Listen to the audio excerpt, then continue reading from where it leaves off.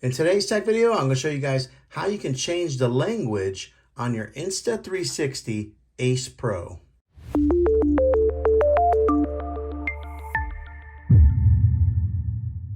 Okay, this is how you change the language. What you're going to want to do is swipe down from the top like so, and then it'll bring up this menu here. What you're going to want to do is swipe over one more time, and right there is a gear icon on the bottom right. Go ahead and click on that. All right, now I'll give you a few more options, and what you're going to want to do is scroll to language right there.